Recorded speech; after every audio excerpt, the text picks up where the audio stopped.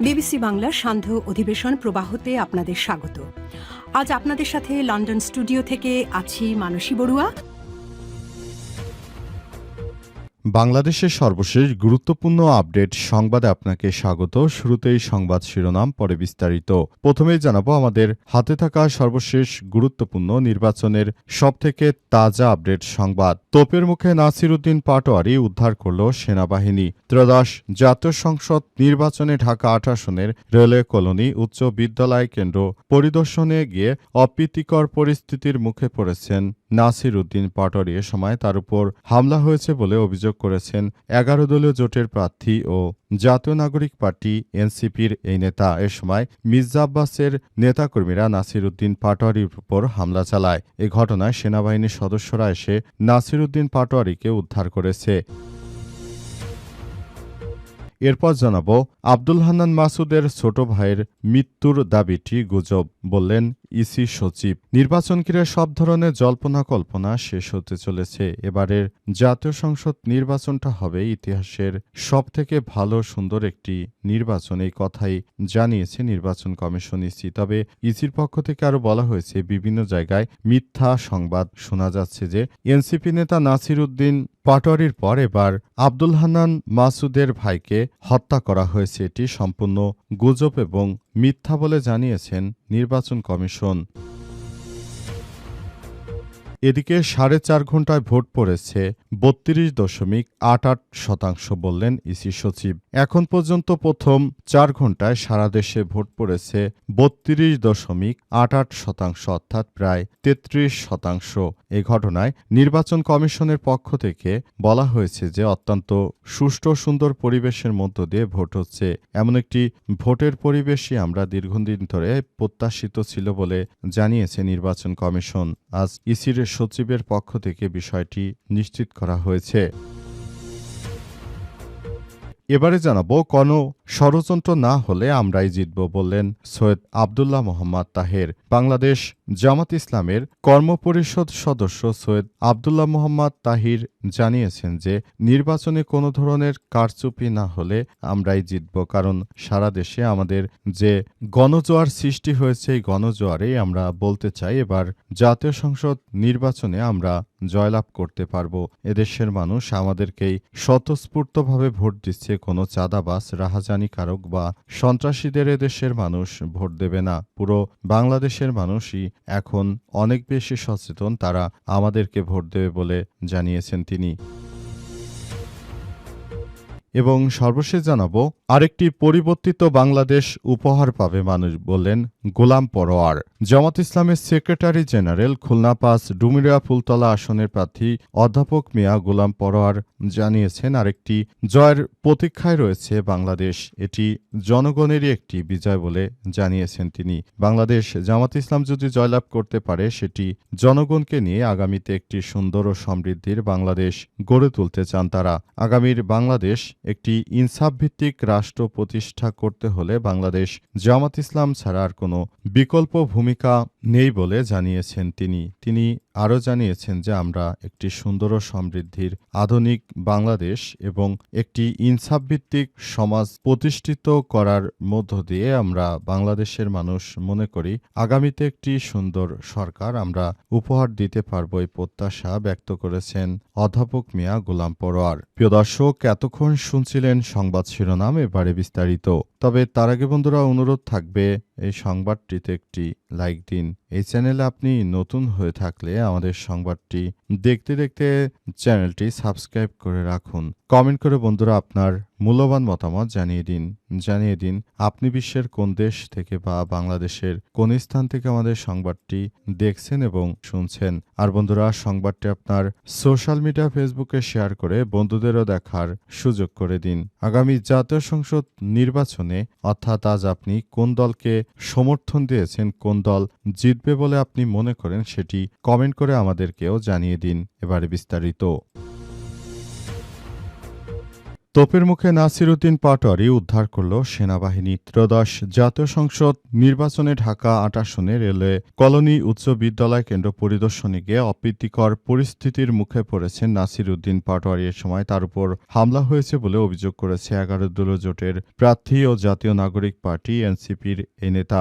আজ দুপুর ১টার দিকে ওই কেন্দ্রে সাংবাদিকদের সঙ্গে কথা বলছিলেন নাসিরউদ্দিন পাটোয়ারি। তখন তার উপর হামলা চালানো হয়। তিনি বক্তব্য দেওয়াকালে মির্জা আব্বাসের সমর্থিত কর্মীরা ভুয়া ভুয়া স্লোগান দেন। এক পর্যায়ে তাদের ধাওয়া দেন। এ সময় হামলার ঘটনা ঘটে। তবে তাৎক্ষণিক পরিস্থিতি নিয়ন্ত্রণে আনে সেনাবাহিনী। আইনশৃঙ্খলার বিশৃঙ্খলার মাঝে পড়ে যা নাসিরউদ্দিন পাটোয়ারিকেও নিরাপদে উদ্ধার করে নেয় সেনাবাহিনীর সদস্যরা। তবে এরপর ফেসবুকে ভোট ডাকাতি ও হামলার অভিযোগে পোস্ট করেন এনসিপির এই নেতা। তিনি লেখেন, মির্জা আব্বাসের সন্ত্রাসী বাহিনীর মাধ্যমে ভোট ডাকাতি হচ্ছে। আমরা কেন্দ্রে প্রবেশ করার পর বিএনপির নেতাকর্মীরা প্রশাসনের উপস্থিতিতে আমাদের উপর হামলা চালিয়েছে।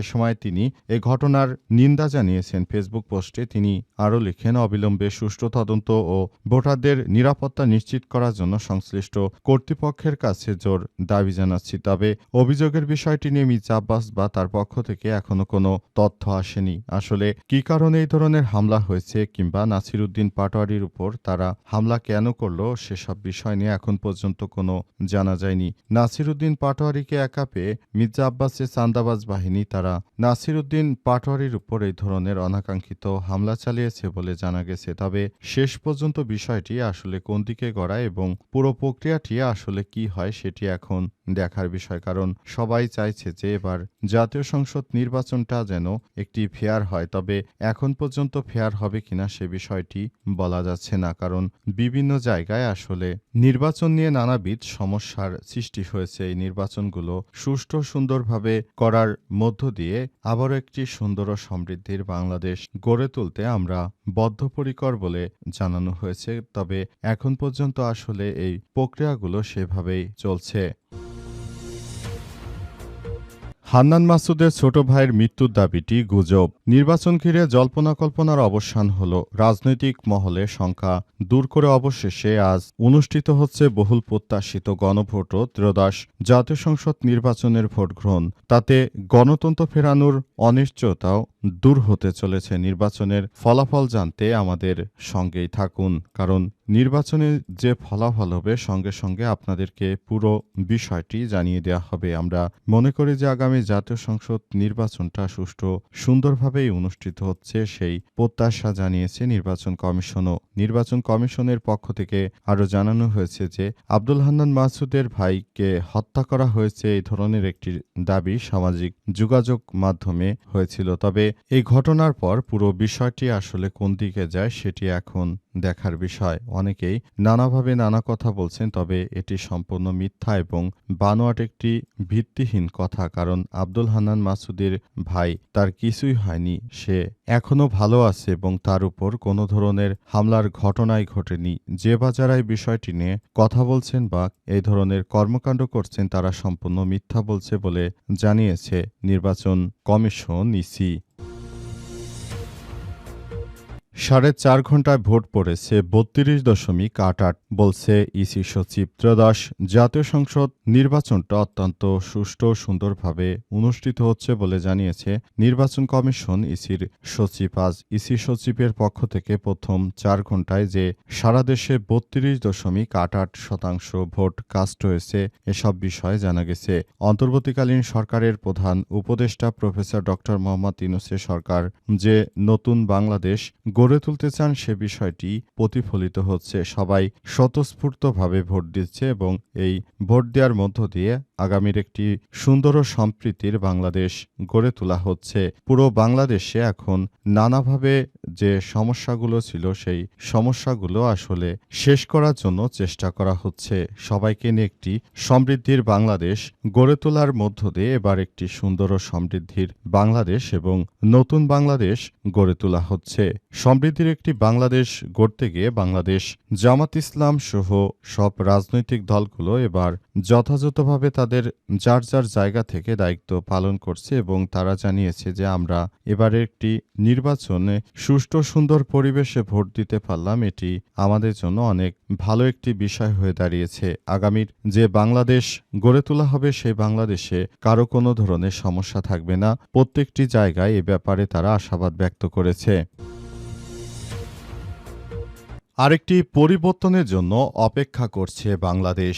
এবার জাতীয় সংসদ নির্বাচনে আমরাই জিতব বলে জানিয়েছে বাংলাদেশ জামাত ইসলাম। এবার জাতীয় সংসদ নির্বাচনটা হচ্ছে ইতিহাসে সবথেকে ভালো সুষ্ঠু মানের একটি নির্বাচন। এই নির্বাচনে আমরা জয়ের ব্যাপারে 100% আশাবাদী বলে জানিয়েছে বাংলাদেশ জামাত ইসলামের নেতাকর্মীরা। তারা জানিয়েছে যে আরেকটি নতুন সূর্যোদয়ের জন্য আমরা অপেক্ষা করছি।